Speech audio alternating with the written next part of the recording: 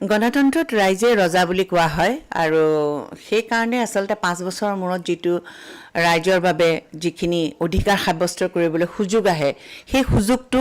নিতান্তই লোৱা উচিত কাৰণ আমি সমালোচনা কৰিবলৈ হলেও এটা চৰকাৰ বা প্ৰশাসনক সমালোচনা কৰাৰ আগতে আমি প্ৰথম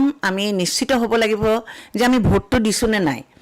যেনেকে কিবা এটা অৰিহণা থাকিলেহে কাৰবাক সমালোচনা কৰাৰ অধিকাৰ থাকে ঠিক তেনেকে সৰকাৰখন প্ৰশাসন এইবিলাকত বা মন্ত্ৰী বিধায়ক তেওঁলোকৰ কামকাজত সন্তুষ্ট বা অসন্তুষ্ট হোৱাৰ